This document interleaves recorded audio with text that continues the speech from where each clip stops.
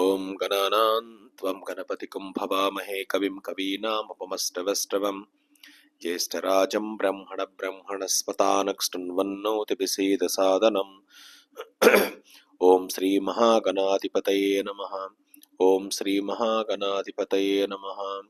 ఓం కృష్ణాయ వాసుదేవాయ దేవకీనందనాయ చ నందగోపకుమారాయ గోవిందాయ నమో నమః. ఓం భూర్భువస్వాహ తత్సవితృవరేణ్యం భర్గో దేవస్య ధీమహి ధియో యో న ప్రచోదయాత్. హరి ఓం తత్సత్. ఓం శ్రీకృష్ణార్పణమస్తు. ఈ కార్యక్రమాన్ని వీక్షిస్తున్నటువంటి యూట్యూబ్ ఆత్మప్రియ బంధువులకు నా నమస్సుమాంజలులు. శ్రీ వీరబ్రహ్మేంద్ర స్వాముల వారు రచించిన తాళపత్ర గ్రంథాలలోని పద్యాలలో గడిచిన ఎపిసోడ్లో 488 వరకు చెప్పుకున్నాము. ఇప్పుడు 489 ఆట వెలది పద్యం 489. చిక్కు చెక్కునతడు జీవుడన్నగ త్వష్ట భావమించి చూడ బ్రహ్మమతడు. వాని పేరదేమి వాడె పరశివుండు కలికాంబా హంస కాళికాంబ. అట్టి శివుని పాదమంటే కొల్చిన వారు భోగ భాగ్యములను పొందగలరు. కాని నాడు వాడు గాలి మేయగవలే కాని నాడు వాడు గాలి మేయగవలే కాళికాంబ హంస కాళికాంబ. హరిహరులకు పూజలాచరించడు వేల జ్ఞానహీను దొడలు దానమిచ్చే. పొమ్మటన్న తిరిగి పోగొట్టవలెనొడల్ కాళికాంబ హంస కాళికాంబ. ఇట్టి దివ్య భవన మిందేరు వత్తురు తాతలెరుకవాండ్రు తత్వగాండ్రు. శివుని ముట్టకొండ చిందొందగొట్టరో కలికాంబ హంస కాళికాంబ. గలమునందు నిలువ గాయత్రి మంత్రంబు బడవ మాంత్రికులతో గొడవయేలా. గలమునందు నిలువ గాయత్రి మంత్రంబు బడవ మాంత్రికులతో గొడవయేలా. సూత్రధారి ముక్తి చూపగా నోపడు కలికాంబ హంస కాళికాంబ. గుదమునందు క్రింద కుండలి ఉండగా మెడను నూలు పోగులిడుగనేలా. గుదమునందు క్రింద కుండలి ఉండగా మెడను నూలు పోగులిడగనేలా. వేచి ఊర్ధ్వముఖము రేచింపవలె సుమ కాళికాంబ హంస కాళికాంబ. వీరబ్రహ్మేంద్ర స్వాముల వారు 489వ ఆటవెలిది పద్యము నుండి 694 వరకు ఆయన ఏమి విషయాలు చెప్పారంటే, శివుని గురించి చక్కగా చెప్పాడు. చూడండి, శివుని గురించి ఎంత చక్కగా చెప్పాడో. చిక్కు చెక్కునతడు జీవుడన్నగ త్వష్ట భావమించి చూడ బ్రహ్మమతడు. వాని పేరదేమి వాడె పరశివుండు. కాబట్టి హృదయములో ధ్యానించేటప్పుడు ఒక చక్కని ఆసనం వేసుకొని చక్కగా హృదయములో ఆ సర్వేశ్వరుణ్ణి మనం శివుని పటం పెట్టుకొని దక్షిణామూర్తి స్వరూపం కానీ, శివలింగ స్వరూపం కానీ, పార్వతీ పరమేశ్వరులు ఉండే శివుని రూపం కానీ, పార్వతీ పరమేశ్వరుడు, వినాయకుడు, ఇట్లా మన ఇంట్లో బొమ్మలు ఉంటాయి పటాలలో.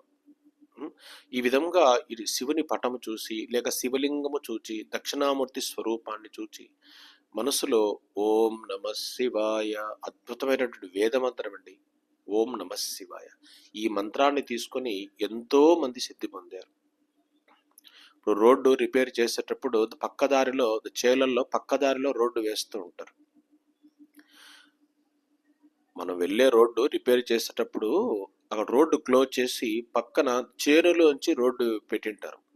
ఆ చేనులో బస్సులు, ఎద్దులు, మనుషులు కాలినడకన బైకుల్లో, జీపుల్లో పోయి ఏమవుతుంది, తొక్కి ఆ మట్టి అంతా మెత్తగా అయిపోతుంది, గంధములాగా అయిపోతుంది అన్నమాట. ఎక్కువ స్పీడ్ పోతుంటే దుమ్ము లేస్తూ ఉంటుంది. అంటే ఆ మట్టి పిల్లలుగా ఉండేదంతా గంధములాగా అయిపోయి ఉంటుంది. అటువంటి గంధము లాంటి మంత్రము ఓం నమః శివాయ. అంటే మట్టి ఏ విధంగా గంధంలాగా అయిందో ఈ మంత్రాన్ని అంత చక్కగా మట్టిలాంటి మానవుడు గంధము ఏ విధంగా మట్టి గంధముగా మారుతుందో అట్లా ఎంతో మంది ఈ దారిలో నడిచారు. అంటే ఆ మట్టి రోడ్లు ఎంతో మంది నడిస్తే గాని మట్టి పిల్లలుగా ఉంటే అంత గంధములాగా కాదు. కాబట్టి ఈ పంచాక్షరి మంత్రాన్ని కూడా ఎంతమంది దీన్ని ఆశ్రయించి కృష్ణ భగవానుడు కూడా ఉపమన్యు మహర్షి దగ్గర పంచాక్షరి మంత్రం తీసుకొని చక్కగా ఓం నమ శివాయ అని పంచాక్షరి మంత్రంతో కృష్ణుడు శివుని పూజ చేశాడు. చూడండి దీని ప్రామాణికత ఏమిటి? పోతన గారు చెప్తారు భాగవతంలో, చేతులారంగ శివుని పూజింపడేని నోరు నవ్వంగ హరికి తినుడువడేని దయయు సత్యంబులోనుగా తలపడేని కలుగనేటికి తల్లుల కడుపు చేటు అని ఏమన్నాడు? అయ్యా శివుడు కేశవుడు ఇద్దరు ఒకటేనయ్యా, శివుడు వేరు కేశవుడు వేరుని భేదభావం పెట్టుకోవాకు, నీ హృదయములో ఇతరులపైన జాలి దయ కరుణ పెట్టుకో, సత్యాన్ని అలవరించు, దయ సత్యంబులోనుగా తలపడేని నీ హృదయములో ఇతరులపైన దయ ఉండే విధంగా నీ మనసును సంస్కరించుకో. దయ సత్యమే మాట్లాడు. అనుద్వేగకరం వాక్యం సత్యం ప్రియహితం చేయత్ స్వాధ్యాయాభ్యసనం చైవ వాన్మయం తవ ఉచ్యతే. భగవద్గీతలో చెప్తారు కృష్ణ భగవానుడు, అనుద్వేగకరం వాక్యం సత్యం. కాబట్టి ఒక మాట మాట్లాడేటప్పుడు సత్యమే మాట్లాడు, మంచి మాట మాట్లాడు. నిన్ను ఒక వ్యక్తి ఇబ్బంది పెట్టినప్పుడు నువ్వెంత బాధపడతావో అటువంటి మాటను ఇతరుల పైన ప్రయోగించకుండా ఉండాలి. అది సత్యం అంటే. కాబట్టి అనుద్వేగకరం వాక్యం సత్యం ప్రియహితం చేయదు. కాబట్టి ఇతరుల మనసు నొప్పించకుండా ఇతరులు ఆనందంగా ఉండే విధంగా మనము మాట సంబోధించాలి. కాబట్టి పోతన గారు ఏమన్నాడు? చేతులారంగ శివుని పూజింపడేని నోరు నవ్వంగ హరికీర్తి నడువడేని. కాబట్టి చక్కగా శివుని పూజ చేయి, శివలింగాన్ని దర్శనం చేసుకో, ఆ శివుని హృదయములో పెట్టుకొని పంచాక్షరి జపము చేయి, శివుని పటం పెట్టుకొని హృదయములో ఓం నమ శివాయని జపము చేయి అన్నాడు. మళ్ళీ ఏమన్నాడు? చేతులారంగ శివుని పూజింపడని నోరు నవ్వంగా హరికీర్తి నుడువడిని. హరి అంటే విష్ణువు అనమాట. విష్ణువు యొక్క రాముడు కానీ కృష్ణుడు కానీ నరసింహస్వామి కానీ సత్యనారాయణ స్వామి కానీ వెంకటేశ్వర స్వామి కానీ వరదరాజ స్వామి కానీ శంకు చక్రాలు నామాలు ఉంటే ఎవరైనా నువ్వు రాముని పూజ చేయి, కృష్ణుడి పూజ చేయి, వెంకటేశ్వరుని పూజ చేయి, చక్కగా విష్ణువు గురించి పాటల రూపంలో పాడమన్నాడు. ఆతడే బ్రహ్మణ్య దైవము వాది మూలమైన వాడు అని అన్నమయ్య చెప్తాడు.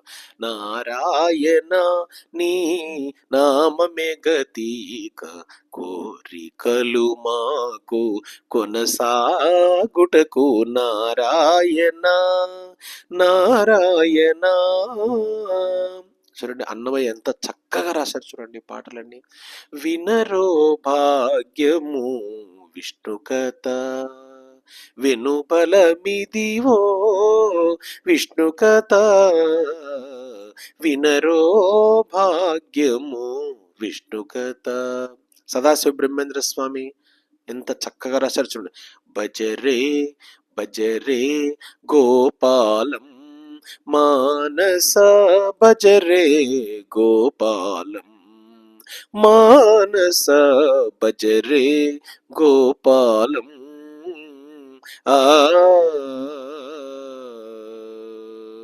ఇట్లా విష్ణువు గురించి పాటలు పాడు, శివుని చక్కగా శివుని పూలతో గాని నీటితో గాని అర్చన చేయవయ్యా, నీ హృదయంలో శివుని ప్రదర్శించుకోవయ్యా, హృదయంలో శివుని చూడయా అని బ్రహ్మం గారు ఎంత చక్కగా చెప్తున్నారు చూడండి. అట్టి శివుని పాదమంటి కొల్చిన వారు భోగభాగ్యములను పొందగలరు, కాని నాడు వాడు గాలి మేయగవలే కలికాంబా హంస కాళికాంబా. కాబట్టి అటువంటి శివుణ్ణి హృదయంలో ఎవరైతే స్మరణ చేస్తూ ఈ పంచాక్షరి మంత్రముతో చక్కగా ప్రతినిత్యము హృదయములో ఓం నమ శివాయ ఇదొక్క మంత్రం పట్టుకుంటే చాలండి, ఏ మంత్రాలు అవసరం లేదంటాడు. ఒకే భగవంతుణ్ణి 5గా చెప్పాడు కదా శంకరాచార్యులు, ఒకే పరబ్రహ్మ 5గా ఉంది, పంచాయతన పూజ పెట్టాడు. నువ్వు శివుని పూజ చేయి, విష్ణువుని పూజ చేయి, అమ్మవారిని పూజ చేయి, గణపతిని పూజ చేయి, సూర్యుని పూజ చేయి, చాలాసార్లు చెప్పుకున్నాం మనం. కాబట్టి ఈ పంచాయతన పూజలో ఒకే భగవంతుడు 5 రూపాలుగా ఉంటాడయా, నువ్వు చక్కగా శివుని పూజ చేయమని చెప్తున్నాడు. కాబట్టి హరిహరులకు పూజలాచరించడు వేల జ్ఞానహీను దొడలు దానమిచ్చే పొమ్మటన్న తిరిగి పోగొట్టవలెనొడల్ కలికాంబా హంస కాళికాంబా. కాబట్టి హరిహరులు అంటే విష్ణువును శివుణ్ణి చక్కగా పూజ చేయమని చెప్తున్నాడు బ్రహ్మంగారు. ఇంకేం చెప్తున్నారు?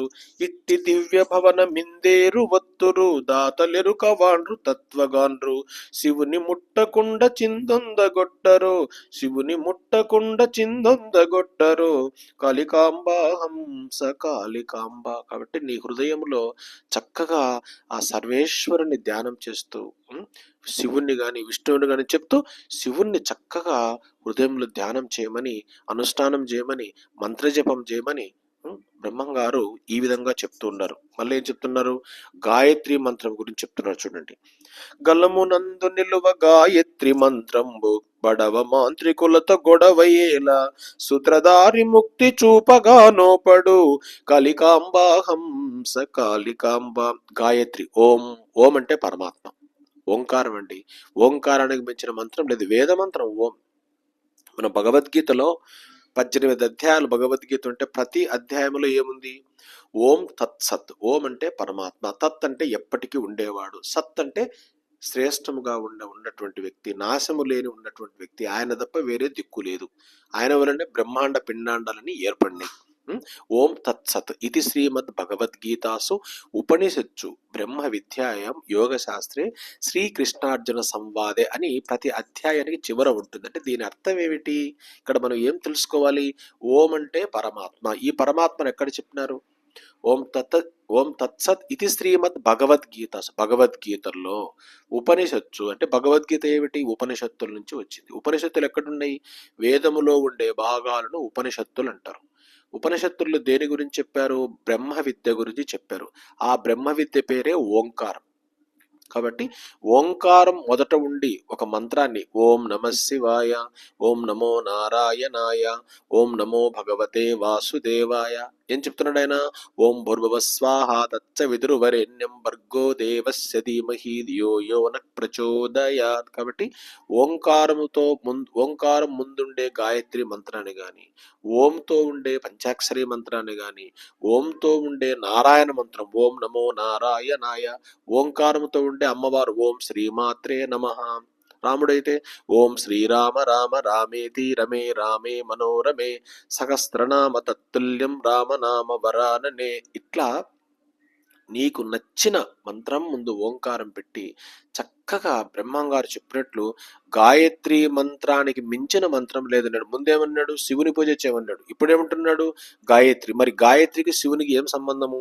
ఓం భూర్భువ స్వాహ తత్సవితుర్వరేణ్యం భర్గో దేవస్య ధీమహి. భర్గుడు అంటే శివుడు. కాబట్టి గాయత్రి మంత్రంలో ఉండేది కూడా శివుడే. భర్గో దేవస్య, భర్గుడు అంటే శివుడు. చక్కగా శివుని పటం చూస్తూ లేక అమ్మవారి పటం చూస్తూ, చాలా మంది గాయత్రి స్త్రీలు జపం చేయొచ్చా, ధ్యానం చేయొచ్చా అని అంటూ ఉంటారు. గాయత్రి నేనని భగవంతుడు చెప్పినాడు. కాబట్టి అటువంటి గాయత్రి మంత్రాన్ని చక్కగా స్త్రీలు, పురుషులు, నపుంసకులు ఎవరైనా చక్కగా ఈ మంత్రాన్ని తీసుకొని చక్కగా జపము, ధ్యానము, అనుష్ఠానం నిరంతరము గాయత్రిని పంచాక్షరిని పట్టుకుంటే చాలు. పైనేమో పై పద్యాలేమో శివుని పట్టుకోమన్నాడు, ఇక్కడ ఏమన్నాడు? గాయత్రి పట్టుకోమన్నాడు. గాయత్రి మంత్రంలో ఉండేది కూడా శివుడే. కాబట్టి ఓంకారం పట్టుకుంటే అందరినీ కొలిచినట్టు, ఒక్క ఓంను పట్టుకుంటే అందరినీ కొలిచినట్లు. కాబట్టి నువ్వు పంచాక్షరిని పట్టుకో, లేదంటే గాయత్రి మంత్రాన్ని నిరంతరము ఉదయము, మధ్యాహ్నము, సాయంత్రము చక్కగా నువ్వు ఎక్కడికి వెళ్లకుండా ఒక ప్రశాంతమైన వాతావరణంలో సెల్ ఆఫ్ చేసి, గొడవలు లేకుండా మిద్దె పైన కానీ, నీ ఇంట్లో కానీ, ఎవరు నిద్ర లేనప్పుడు కానీ, అందరూ నిద్రపోయినప్పుడు కానీ, చేను దగ్గర కానీ ఒక్కనివి ఉండే విధంగా కూర్చొని డోర్ వేసుకొని చక్కగా సెల్ ఆఫ్ చేసి మనసు ప్రశాంతంగా పెట్టి పద్మాసనంలో కానీ, కుర్చీలో కానీ, గోడ కానుకో కానీ, మంచం మీద కానీ నీకు నచ్చిన ఆసనంలో కూర్చొని అమ్మవారు పటం చూస్తూ, లేదంటే గాయత్రి మాత్ర పటం చూస్తూ, లేక శివుని పటం చూస్తూ, రాముని పటం చూస్తూ, కృష్ణుని పటం చూస్తూ, ఏ పటం అంటే గణపతి పటం చూస్తూ, సూర్యుని పటం చూస్తూ, ఇంకా చెప్పాలంటే సద్గురుదేవుల తత్వవేదాంత సరస్వతి స్వామి ఎప్పుడు ఆయన దక్షిణామూర్తి స్తోత్రంలో చెప్తూ ఉంటారు. తత్వవేదాంత సరస్వతి మహానుభావుడు, ఆయన హైదరాబాద్లో ఉంటాడు. ఆయన కెమిస్ట్రీలో పిహెచ్డి చేశాడు, సంస్కృతంలో పిహెచ్డి చేశాడు. దయానంద మహారాజు శిష్యుడు ఆయన. తత్వవిధానంద సరస్వతి మహానుభావుడు. అపర శంకరాచార్యులు తత్వవిధాన సరస్వతి స్వామి. ఆయన ప్రవచనాల్లో ఏం చెప్పారంటే, అయ్యా మీ ఇంట్లో ఉదయం పూట సూర్యుడు పొద్దు పొడుస్తానే సూర్యునికి ఎదురుగా కూర్చొని కళ్ళు మూసుకొని గాయత్రి మంత్రాన్ని నువ్వు జపం చేస్తే దానికి మించిన జపము, దానికి మించిన మంత్రము, దానికి మించిన ఉపాసన లేదన్నాడు. చూడండి సద్గురుదేవులు ఎంత చక్కగా సెలవిచ్చారు. కాబట్టి గాయత్రి మంత్రం గురించి బ్రహ్మంగారు చెప్పారు. వేద మంత్రం ఇది గాయత్రి మంత్రం అంటే. నువ్వు గాయత్రి మంత్రం నిరంతరం జపం చేస్తూ చేస్తూ చేస్తుంటే మాంత్రికులతో పని లేదయా, నీకు అన్ని శక్తులు వస్తాయి అన్నాడు. గాయత్రికి మించిన శక్తి ఇంకోటి ఉండదండి. కాబట్టి నిరంతరము గాయత్రిని మనసులో స్మరణ చేస్తూ ఉంటే నీకు ఒక దివ్య శక్తి వస్తుంది. ఆ దివ్య శక్తితో నువ్వు నీ ఆత్మ పరమాత్మలో చేరి మళ్ళీ జన్మ లేకుండా అంతటా బ్రహ్మములో నిండి ఉంటావు. నీ ఆత్మ ప్రశాంతంగా ఉండొచ్చని సూర్యునికి ఎదురుగా కూర్చొని కళ్ళు మూసుకొని ఆ సూర్యకాంతి మన మీద పడుతూ ఉంటే నీ మనసులో ఓం పూర్వస్వాహ తచ్చ విదురవరేణ్యం భర్గో దేవస్య ధీమహి ధియో యో న ప్రచోదయాత్. ప్రచోదయాత్ అంటే భర్గో దేవస్య ధీమహి ధియో యో న ప్రచోదయాత్. ఆ దివ్య శక్తి భాగవతం కూడా గాయత్రితో మొదలు గాయత్రితో సమాప్తం. అందుకే మొదటి శ్లోకంలో చెప్తారు, వ్యాసుడు పరమాత్మ అంటే ఏమిటిని ఒక్క శ్లోకంలో చెప్పి గాయత్రి శబ్దాన్ని పెట్టాడు. జన్మాద్యస్య యతోన్వయాదితర సత్కార్తేస్వ విఘ్నస్వరాన్ తేనే బ్రహ్మహృద ఆది కవయే గుహ్యంతి యస్సూరయ తేజో వారి హృదా యదా వినిమయో యత్రత్ర సర్గో మృషా దామ్నా స్వేన సదా నిరస్తకుహరం సత్యం పరం ధీమహి సత్యం పరం ధీమహి. ఎటువంటి మంత్రము చూడండి. భాగవతము ఏ విధముగా గాయత్రితో మొదలవుతుందో అనేది ఈ యొక్క పద్యంలో చెప్పడం జరిగింది, శ్లోకంలో చెప్పడం జరిగింది. కాబట్టి మనము ఈ భాగవతం అంతా ఎట్లా మొదలైందంటే జన్మాద్యస్య. కాబట్టి దీన్ని గాయత్రితో మొదలు గాయత్రితో సమాప్తం అని చెప్పినారు. గాయత్రితో మొదలు గాయత్రితో సమాప్తం. కాబట్టి మరి ఈ చివర నీకేమనిచ్చింది ఇక్కడ? చివర సత్యం పరం ధీమహి అంటే ఈ బ్రహ్మాండాలు పిండాండాలు ఏ విధంగా ఏర్పడుతున్నాయి, మానవులు ఏ విధంగా జన్మించారు, వృక్షజాలం అంతా అడవిలో ఇన్ని విత్తనాలు ఎవరేశారు, ఇన్ని చెట్లు ఎట్లా ఏర్పడినాయి, ఇన్ని క్రిములు, ఇన్ని కీటకాలు, ఇన్ని పక్షులు, సూర్యుడు, చంద్రుడు, భూమి ఎట్లా తిరుగుతుంది, భూమిలో విత్తనం నాటితే ఎట్లా మొలకలు వస్తున్నాయి, ఈ జగత్ అంతా ఏర్పరిచింది ఎవరు? బ్రహ్మాండాలు పిండాండాలు, ఈ గ్రహాలు, విశ్వం ఇదంతా ఎట్లా ఏర్పడింది? ఆ పరమాత్మ వలన ఏర్పడింది. కాబట్టి ఆ భగవంతుని వలన ఏర్పడింది. కాబట్టి ధీమహి అటువంటి పరమాత్మని నేను ధ్యానిస్తున్నాను, నేను పూజ చేస్తున్నాను, నేను అర్చన చేస్తున్నాను, నేను అనుష్ఠానం చేస్తున్నాను. నా హృదయములో ఆ రూపాన్ని పెట్టుకొని ఒక మంత్ర రూపంలో కానీ చక్కగా ఓంకార రూపంలో కానీ నా హృదయంలో ఆ పరమాత్మను నేను ధ్యానిస్తున్నానని దాని అర్థం అన్నమాట. కాబట్టి గలమునందు నిలువ గాయత్రి మంత్రంబు బడవ మాంత్రికులతో గొడవయ్యాల. కాబట్టి ఈ గాయత్రి మంత్రాన్ని, ఒక్క మంత్రాన్ని పట్టుకుంటే చాలా అని బ్రహ్మంగారు చెప్తున్నారు. ఇంకా ఏం చెప్తున్నారు? గుదమునందు క్రింద కుండలి ఉండగా మెడను నూలు పోగు లిడగనేల. కాబట్టి మన హృదయంలో వెన్నుపాము అంటే గుదస్థానం నుంచి బొడ్డు కింద నుంచి నీకు సహస్రారం వైపుకు వెన్నుపాము ఉంది. ఆ వెన్నుపాములో ఎడం పక్క ఇడా పింగళ నాడులుంటే ఎడమ కుడి ఇడా పింగళ నాడుల మధ్య సుషుమ్న నాడి ఉంది. ఆ సుషుమ్న నాడి భ్రూమధ్యానికి వెళ్తుందన్నమాట. ఆ భ్రూమధ్యమున సహస్రారములో అక్కడ ఓంకారం ఉంటుంది.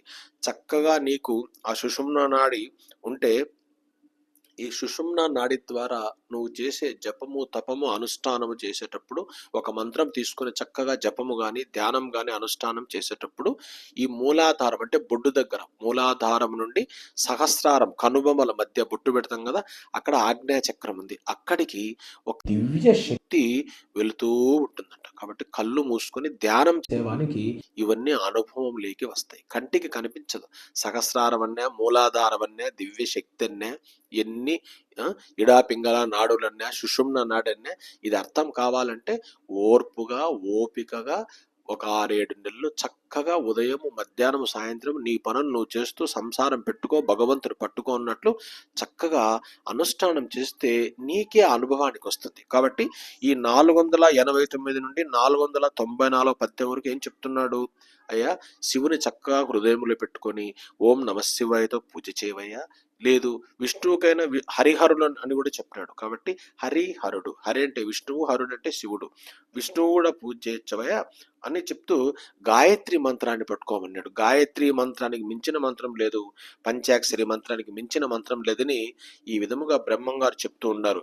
రెంటిలోన పొరలి రేచింపవలెనయా రేచి రేచి నించి లేపవలను లేపి గురుని పాదరేణువు గనిరయ కలికాంబా హంస కాళికాంబ. ఇప్పుడు రేచకము పూరకము కుంభకమని 3 విధాలుగా మనం జపం గాలి వదులుతుంటాం జపము ధ్యానం చేసేటప్పుడు. కుంభకం అంటే అలాగే ఉంచి పట్టుకోవడం, అలాగే ఉంచి పట్టుకోవడం అనమాట. రేచక పూరక. ఈ రేచకం అంటే ఏమిటి? రేచక ఇంతకుముందు కూడా చెప్పినా నేను. రేచక అంటే మనము గాలి వదలడం, రేచక అంటే వదలడం, పూరక అంటే పీల్చడం. పీల్చడము వదలడము, పీల్చడము వదలడం, రేచక ఎక్సలేషన్ ఆఫ్ బ్రీతింగ్ అంటాం అనమాట. అంటే గాలిని వదలడదని రేచక అన్నాం. అంటే నీ హృదయములో ఆ యొక్క పరమేశ్వరుని రూపాన్ని పెట్టుకొని ఎట్లా చేయమన్నాడు ఆయన? చక్కగా కళ్ళు మూసుకొని ఓం నమ శివాయ అని మంత్రాన్ని మనం జపం చేసేటప్పుడు నువ్వు కళ్ళు మూసుకొని మనస్సులో ఆ మంత్ర జపం చేసేటప్పుడు నీకు తెలియకుండా గాలి పైకి కిందికి వెళ్తూ ఉంటుంది, పైకి కిందికి. చక్కగా ఆ గాలిని అంటే ఉచ్ఛ్వాస నిశ్వాసాల మీద దృష్టి పెట్టి ఆ గాలిని ఏమన్నాడైనా? రెంటిలోన పొరలి రేచింపవలెనయ్య రేచి రేచి నుంచి లేపవలెను లేపి గురుని పాదరేణువు గనిరయ కలికాంబా హంస కాళికాంబ.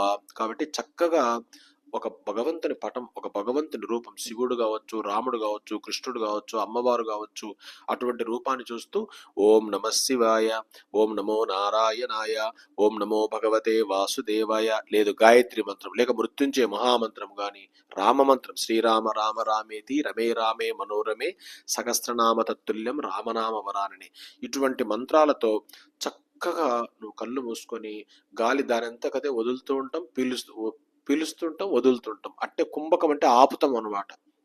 నీకు ఇది ఎన్ని తెలియాలంటే ధ్యానం చేయాలి ప్రతిరోజు. మాటలకు అందది ఇవన్నీ చెప్తుంటే నువ్వు ఎన్ని రేచకం పూరకం కుంభకం మంత్ర జపం చేయాలంటే ఒక చక్కని జపమాల కొనుక్కోవాలి. 40-50 రూపాయలు ఇస్తే మంచి జపమాల ఇస్తారు. అంత చిన్నది కాకుండా అంత పెద్దది కాకుండా పూస ఉండాలి. 108 పూసలు ఉంటాయి. ఆ జపమాలలో 108 పూసలు ఎందుకు ఉంటాయి? మానవ దేహంలో 78,000 కపాల నాడులు ఉంటే 108 నాడుల్లో హృదయ నాడులు ఉంటాయి 108. దానిలో ఆత్మ దేదీప్యమానంగా వెలుగుతూ ఉంటుంది అనమాట. మన దేహంలో ఆత్మ ఉంటుంది. ఆ ఆత్మ వల్లనే మన దేహం పనిచేస్తుంది, అన్నం వలన కాదు పనిచేసేది అని మా గండి రామకృష్ణ స్వామి వారు చెప్తూ ఉంటారు. మన దేహం పనిచేస్తుందంటే ఆత్మ వలన పనిచేస్తుంది అనమాట. కాబట్టి ఆ దివ్య శక్తి మూలాధారం నుండి సహస్రారం వైపు వెళ్తూ ఉంటుందయ్యా. అటువంటి శక్తితో నీ మంత్రాన్ని పట్టుకుంటే మంత్ర జపము జరిగి నీకు సిద్ధి పొందుతుందని బ్రహ్మంగారు చెప్తున్నారు. కాబట్టి నువ్వు అట్లా చేస్తూ చేస్తూ చేస్తూ చేస్తూ ఉంటే నీలో ఈశ్వరుని నువ్వు దర్శిస్తావే అన్నాడు. గురుని పాదరేణువు గనిరాయ, లేపి గురుని పాదరేణువు గనిరాయ అంటే నీ హృదయములో పరమశివుడు సాక్షాత్కరిస్తాడని బ్రహ్మంగారు ఈ విధంగా చెప్తున్నారు. కాబట్టి జపము చేయాలండి, కూర్చుండే ఓర్పు కావాలి మనిషికి. ముఖ్యంగా ఈ సెల్లు మానవుడు ప్రజెంట్ సెల్లు ఉంటే చాలని ఉన్నాడు. కాబట్టి సెల్లే కాకుండా హృదయములో సర్వేశ్వరుని చక్కగా ఒక మంత్రం తీసుకొని చక్కగా జపము ధ్యానం అనుష్ఠానం చేయాలి. ఉత్తమోత్తమములుచ్ఛ్వాస నిశ్వాస పంక్తుల రసితాను బ్రహ్మమగుట ముసుగులోన శివుడు పొసగియున్నాడయ్యా, ముసుగులోన శివుడు పొసగి ఉన్నాడయ్యా, కాళికాంబాహంస కాళికాంబ. నువ్వు చక్కగా ఏ మంత్రాన్నైనా చక్కగా జపము ధ్యానం అనుష్ఠానం చేస్తూ ఉంటే నీకు శివ సాక్షాత్కారం కలుగుతుందయా, ఆత్మ సాక్షాత్కారం కలుగుతుందయా, బ్రహ్మ సాక్షాత్కారం కలుగుతుందయా.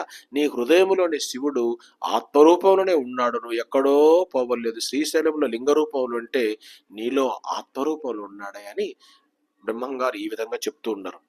కాబట్టి నీకు దక్షిణామూర్తి స్తోత్రంలో కూడా ఈశ్వరో గురురాత్మేతి మూర్తిభేద విభాగినే వ్యోమవత్ వ్యాప్త దేహాయ దక్షిణామూర్తయే నమః అని శంకరాచార్యులు చెప్పారు. కాబట్టి శ్రీశైలంలో ఉండే శివలింగము ఆయన శివుడు, నీకుండే ఎవరైనా గురువు, నీలో ఉండే ఆత్మ, ఈ మూడు ఒకటే అంట. ఈశ్వరుడు, గురువు, ఆత్మ మూడు ఒక్కటే. కాబట్టి అటువంటి శివుడు నీలోనే ఉన్నాడయ్యా. ఒక మంత్రం తీసుకొని దాంతో ఓంకారం ఉండే మంత్రం తీసుకొని చక్కగా జపము ధ్యానము అనుష్ఠానం చేస్తూ ఇంద్రియాలను అదుపులో పెట్టుకొని మనసు బుద్ధిని పరిధిలో పెట్టుకొని మనసు ప్రశాంతంగా పెట్టుకొని నిరంతరము భగవంతుని రూపాన్ని చూస్తూ ఒక పటంలో శివుడు గాని రాముడు గాని కృష్ణుడు గాని అమ్మవారు గాని చూస్తూ వారికి సంబంధించిన అధిష్టాన మంత్రాన్ని పట్టుకొని శివుని చూస్తూ ఓం నమ శివాయ, విష్ణువుని చూస్తూ ఓం నమో నారాయణాయ, కృష్ణుని చూస్తూ ఓం నమో భగవతే వాసుదేవాయ, అమ్మవారిని చూస్తూ ఓం శ్రీమాత్రే నమః. ఇట్లా చాలా సార్లు మనం చెప్పుకున్నవి ఇవన్నీ. నేను చెప్పేది ఏముంది, పద్యాలుంటే పద్యం బట్టి నేను చెప్పేవాని అంతవరకే. ఈ చాలా సార్లు చెప్పారు కదండి మీరంటే, ఈ పద్యాలలో ఉండేదే నేను చెప్తా అంతే. ప్రతి చోట శివుడు గాయత్రి మంత్రం ఎట్లా ఉపాసన, బ్రహ్మంగారు చెప్పేదంతా నువ్వు ఎట్లా ఉపాసన చేయాలి, ధ్యానం ఎట్లా చేయాలి, అనుష్ఠానం ఎట్లా చేయాలి, నీ హృదయంలో ఈశ్వరుని ఎట్లా దర్శించాలి, శివుని ఎట్లా దర్శించాలి, ఇంద్రియాలను అదుపులో ఎట్లా పెట్టుకోవాలి, మనసు బుద్ధి నీ పరిధిలో ఎట్లా పెట్టుకోవాలి, నీలో ఆత్మ పరమాత్మలకి ఎట్లా చేరుతుంది, మూలాధారం నుండి సహస్రారం వైపుకు ఆ దివ్య శక్తి ఎట్లా ప్రయాణిస్తుంది, దాని మీదనే అంత కేంద్రీకరించారు బ్రహ్మంగారు. కాబట్టి బ్రహ్మంగారి మించిన గురువు ఇంకొకరు లేరండి. బ్రహ్మంగారినే గురువుగా పెట్టుకో, ఆయన నీ హృదయంలో చూసుకో. లేదంటే శివుని గురువుగా పెట్టుకో, రాముని గురువుగా పెట్టుకో, కృష్ణుని గురువుగా పెట్టుకో, శంకరాచార్యుని గురువుగా పెట్టుకో. గురువుల గురువు శంకరాచార్యులు, జగద్గురువు అయిన ఆయన. కాబట్టి శివుని మీద స్తోత్రాలు, రాముని మీద స్తోత్రాలు, కృష్ణుని మీద స్తోత్రాలు, అమ్మవారి మీద స్తోత్రాలు, ఆంజనేయ స్వామి మీద స్తోత్రాలు, గణపతి మీద స్తోత్రాలు, అర్ధనారీశ్వర స్తోత్రం, దక్షిణామూర్తి స్తోత్రం, శివానంద లహరి, సౌందర్య లహరి, ఎన్ని స్తోత్రాలు, ఎన్ని రచనలు, భాష్యాలేనా స్వాముల వారు రాసింది. శంకరులు రాసిన భాష్యాలు, శంకరులు రాసిన స్తోత్రాలు, శంకరులు రాసిన ప్రకరణ గ్రంథాలు 200 పైచులకు ఉన్నాయి. పోయిన ఎపిసోడ్లో శంకరుల గ్రంథాల గురించి చెప్పడం జరిగింది. పోయిన ఎపిసోడ్లో, దీనికంటే నిన్న చేసిన ఎపిసోడ్లో శంకరాచార్యులు ఏ ఏ గ్రంథాలు రాశారు, ఏ ఏ స్తోత్రాలు రాశారు, ఏ ఏ భాష్యాలు రాశారు, ఇన్ని స్తోత్రాలు, ఇన్ని గ్రంథాలు, ఇన్ని రచనలు, ఇన్ని చేసి 4 పీఠాలు పెట్టి 4 శిష్యులను పెట్టి అక్కడ నిరంతరం ఋగ్వేదం, యజుర్వేదం, సామవేదం, అధర్వణ వేదం పారాయణ జరుగుతూ 4 పీఠాల్లో 4 శివలింగాలు పెట్టి నిరంతరం శివుని అర్చన జరుగుతూ, శ్రీచక్రాలు పెట్టి అమ్మవారి శ్రీచక్ర అర్చన జరుగుతూ ఇన్ని మఠాలు ఏర్పాటు చేసి, కంచి కూడా శంకరులు ఏర్పాటు చేసిన పీఠమే. నేను చెప్పను, మర్చిపోయాను నేను. కంచి కూడా మొత్తం 5 పీఠాలు ఏర్పాటు చేశారు. కాబట్టి ఇన్ని పీఠాలు పెట్టి శివరాత్రి రోజు శివుని ఎట్లా పూజ చేయాలి, శ్రీరామనవమి రోజు రాముని ఎట్లా పూజ చేయాలి, విజయదశమి రోజు అమ్మవారిని ఎట్లా పూజ చేయాలి, వైకుంఠ ఏకాదశి రోజు విష్ణువుని ఎట్లా పూజ చేయాలి, అలాగే వినాయక చవితి రోజు గణపతిని ఎట్లా పూజ చేయాలి, రథసప్తమి రోజు సూర్యుని ఎట్లా పూజ చేయాలి, ఆంజనేయ స్వామికి శ్రావణ శనివారంలో ఎట్లా పూజ చేయాలి. శంకరులు ఇన్ని స్తోత్రాలు పెట్టి, పంచాయతన పూజ పెట్టి, ఒకే భగవంతుడు 5గా ఉన్నాడని చెప్పిన మహాపురుషుడు, దివ్య పురుషుడు, జగద్గురువు, ఈ లోకానికి ఒక దారి చూపిన మహానుభావుడు ఎవరంటే శంకరుడు. కాబట్టి పంచాయతన పూజ పెట్టాడు ఆయన. ఒకే పరమాత్మ 5గా ఉంటాడని చెప్పాడు. ఒకే పరబ్రహ్మం, ఒకే దేవుడు, ఒకే దైవం, ఒకే దివ్యశక్తి, నీలో ఉండే ఆత్మే, నీ చుట్టూ ఉండే ఆత్మ, నీలో నీ బయట ఒకే. ఓం గురు బ్రహ్మ గురు విష్ణు గురుదేవో మహేశ్వర గురు సాక్షాత్ పరబ్రహ్మ తస్మై శ్రీ గురవే నమః. ఇట్లా ఆయన ఒకే పరబ్రహ్మము అంతటా ఉన్నాడా. గురు సాక్షాత్ పరబ్రహ్మ, ఆ పరబ్రహ్మ పేరే ఆత్మ అంటాం, కూటస్థం అంటాం, అచలం అంటాం, ధ్రువం అంటాం. కూటస్థమన్నే, అచలమన్నే, ధ్రువమన్నే, ఆత్మన్నే, దివ్య శక్తన్నే, దివ్య చైతన్యమన్నే, నీలో ఉండే వెలుగన్నే, నీలో ఉండే ఆత్మన్నే, నీలో ఉండే దేవుడన్నే. కాబట్టి నీలో ఇన్ని దివ్య శక్తులు ఉన్నాయన్నాడు చూడు. ఆ దివ్య శక్తే 5 రూపాలుగా ఉందయ్యా. ఆయనే శివుడు, ఆయనే విష్ణువు, ఆయనే అమ్మవారు, ఆయనే గణపతి, ఆయనే సూర్యుడు. ఇట్లా 5 మందిని పూజలు చేయమని శంకరులు అద్వైత సిద్ధాంతాన్ని కూడా పెట్టారు. వీళ్ళందరినీ పూజ చేసిన ఒకటేనని అద్వైతాన్ని పెట్టిన మహాపురుషుడు ఆదిశంకరుడు. అటువంటి మహానుభావుని హైదరాబాదులో ఉండే ఒక వ్యక్తి పీఠాలు పెట్టలేదని విమర్శ చేశాడు. హిందువుగా ఉండి శంకరుల పేరెత్తకుండా, శంకరుల గ్రంథాలు చదవకుండా, ఆయన రాసిన స్తోత్రాలు చదవకుండా, ప్రకరణ గ్రంథాలు చదవకుండా, భాష్యాలు చదవకుండా, భగవద్గీత భాగవతాన్ని చదవకుండా, మా గండి రామకృష్ణ స్వామి వారు చెప్తుంటారు, గీతా భాగవతము చేతికిచ్చి కవీంద్రుని చేసినావు ఆంజనేయ అని మా గండి రామకృష్ణ స్వామి వారు ఆంజనేయ స్వామి, ఆయన గురువైనటువంటి ఆంజనేయ స్వామిని కీర్తిస్తూ ఉంటారు. భగవద్గీత సిద్ధాంత గ్రంథం అయితే భాగవతము దృష్టాంత గ్రంథం. ఇట్లా భాగవతము, భగవద్గీత, ఉపనిషత్తులు, రామాయణము, యోగ వాసిష్టము, ఆదిశంకరుల వాన్మయము, ఆదిశంకరుల గ్రంథాలు, దక్షిణామూర్తి స్తోత్రము, శివానంద లహరి, సౌందర్య లహరి, ఒకటేమి అర్ధగంట సేపు చెప్పొచ్చు ఆయన రాసిన గ్రంథాలన్నీ. టైం సరిపోదు. ఇన్ని రాసి ఇన్ని చేస్తే నువ్వు చదవకుండా, నువ్వు ఆచరించకుండా, ధ్యానము అనుష్ఠానము అంతటా ఒకే పరబ్రహ్మని చూడకుండా, అందరి గురువులను నీ గురువులను చూడకుండా, నీ హృదయంలో ఉండే పరమాత్మలో అందరినీ చూడు, అందరినీ దర్శించు. సర్వదీ సాక్షిభూతం, అఖండ మండలాకారం. కాబట్టి ఖండాలైనడు కాదు భగవంతుడు, అంతటా నిండి ఉండేవాడు విష్ణుడొక్కడే, విశ్వాంతరాత్ముడు. ఆయనే విష్ణువు, ఆయనే శివుడు, ఆయనే అమ్మవారు. ఇట్లా చెప్పిన మహానుభావుణ్ణి శంకరులు పీఠాలు పెట్టలేదని ఒక మహానుభావుడు హైదరాబాదులో ఆకాశం ఎత్తి విగ్రహం పెట్టి వాళ్ళ గురువుది హిందువుగా ఉంటూ కాషాయం వేసుకొని హిందువు జగద్గురువును విమర్శ చేయడం, శంకరులు విమర్శ స్థాయికి వచ్చాడు ఆయన. ఒకరిని విమర్శ చేస్తే ఏమొస్తుందయ్యా? సాధకుడు ఎప్పుడు ఇతర కులాల్లో కానీ, ఇతర మతాల్లో కానీ, ఇతర గ్రంథాల్లో కానీ, నువ్వు హిందువుగా ఉండి నువ్వు ఇతరులు విమర్శ చేస్తే నువ్వు ఏం పరబ్రహ్మని దర్శించినట్టు? లోపల అంతటా బ్రహ్మాన్ని చూసే జ్ఞానం నీకు రావాలి. ఇతరులు విమర్శ చేస్తే నువ్వు సాధకుని కింద లెక్కలే. అంతటా బ్రహ్మాన్ని చూడు, నీలో చూడు, నీ చుట్టూ చూడు, భావంలో చూడు, బాహ్యంలో చూడు అని అన్నమయ్య చెప్తాడు. కాబట్టి అటువంటి మహాపురుషుణ్ణి శంకరులను ఆయన విమర్శ చేస్తే నిన్న ఎపిసోడ్లో శంకరుల గ్రంథాల గురించి వివరించడం జరిగింది. కాబట్టి శంకరుల గురించి ఇతరులకు తెలియజేయండి. మన జగద్గురు హిందువుల గురువు ఎవరంటే ఆదిశంకరాచార్యులు. ఆయన గురించి ఇతరులకు చెప్పండి, బంధువులు చెప్పండి, స్నేహితులు చెప్పండి. ఆదిశంకరుల పటం ఇంట్లో పెట్టుకోండి. అద్వైత పేరు మోగించిన మహానుభావుడయ్యా. 4 వేదాలు నిరంతరం పారాయణ, ఋగ్వేదం, యజుర్వేదం, సామవేదం, అధర్వణ వేదం. 4 మఠాల్లో 4 శిష్యులతో, తోటకాచార్యులు, పద్మపాదాచార్యులు, సురేశ్వరాచార్యులు, హస్తామలకాచార్యులు 4 శిష్యులను పెట్టి గురు పరంపర పెట్టి ఇట్లా చక్కగా నిరంతరము అద్వైత పేరు మోగించిన శంకరాచార్యులను మనం గుర్తుపెట్టుకోవాలి. మన గురువు ఆయనే. కాబట్టి ప్రతి ఒక్కరింట్లో, హిందూ అనేవాడి ప్రతి ఒక్కరింట్లో ఆదిశంకరుల పటం పెట్టుకోవాలని నా మనవి. కాబట్టి అటువంటి జ్ఞానాన్ని, అద్వైతాన్ని ప్రవేశపెట్ట మహానుభావుడు శంకరులు. కాబట్టి అటు విమర్శ చేస్తున్నారు కాబట్టి శంకరుల మీద ఆయన హైదరాబాదులో ఉండే ఆయన పీఠాధిపతి, అందుకు ఆ ఎపిసోడ్ చేయడం జరిగింది. కాబట్టి శంకరులు ఈ విధముగా మనకు అద్వైతాన్ని ప్రవేశపెట్టాడంటే అంతటా ఒకే బ్రహ్మాన్ని చూడాలి. కానీ బ్రహ్మం గారు ఇక్కడ ఏం చెప్తున్నారు? శివుని పూజ చేయమన్నాడు, శివుని హృదయంలో పెట్టుకోమన్నాడు. మళ్ళా హరిహరులు విష్ణువును పూజ చేయమన్నాడు, మళ్ళీ గాయత్రి మంత్రాన్ని హృదయంలో పెట్టుకోమన్నాడు. అదంతా కాళీమాత తప్ప వేరే కాదన్నాడు ఆయన. కాబట్టి శివుడన్నే, రాముడన్నే, కృష్ణుడన్నే అంతా కాళీమాతే, వేరేది కాదని మళ్ళీ చెప్తున్నాడు.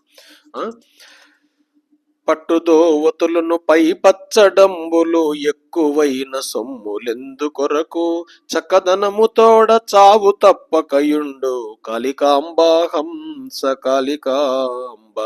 పట్టుదోవతులను పై పచ్చడంబులు ఎక్కువైన సొమ్ములెందు కొరకు చక్కదనము తోడ చావు తప్పకయుండు కాళికాంబ హంస కాళికాంబ.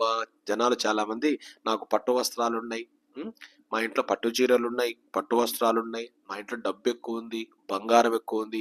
అయ్యా, నీకు ఎన్ని పట్టు వస్త్రాలు ఉన్నాయి, ఎంత బంగారం ఉన్నాయి, ఎంత భూమి ఉన్నాయి, ఎంత డబ్బులు ఉన్నాయి, ఎంత ఆస్తులు ఉన్నాయి, ఎన్ని వసతులు ఉన్నాయి, నువ్వు ఎన్ని ఉన్నాయి, ఎన్ని ఎందుకయ్యా, ఒకసారి చావు తప్పక వచ్చి తీరుతుందని చెప్తున్నాడు. పట్టుదోవతులను పై పచ్చడంబులు ఎక్కువైన సొమ్ములెందుకొరకు, చక్కదనముతోడ చావు తప్పకయుండు కాళికాంబా హంస కాళికాంబ. కాబట్టి ఎన్నున్నా ఒకరోజు చావు వచ్చి తీరుతుందయ్యా అని చెప్తున్నాడు. చావు తప్పదని చక్కగా గుర్తు చేస్తున్నాడు. చావు లేదని మనిషి విర్రవీగుతుంటాడు, చావు వచ్చి తీరుతుంది. కాబట్టి రేపటి పూజ కూడా ఈ రోజే చెయ్యి.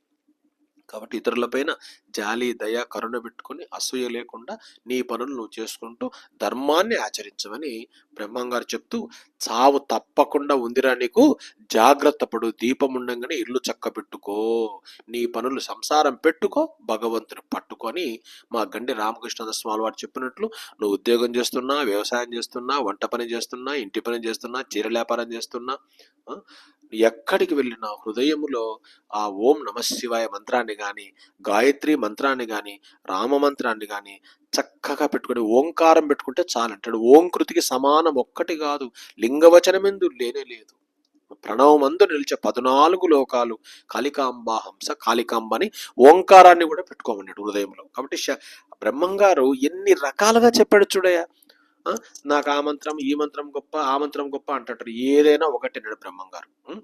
ఎర్ర బట్ట గట్టి తుర్రి మాటుల నాడే పట్టె యోగి గాని పదవి కాదు, తెల్ల పచ్చ ఎర్ర నల్ల రంగులో కండే కాళికాంబా హంస కాళికాంబ.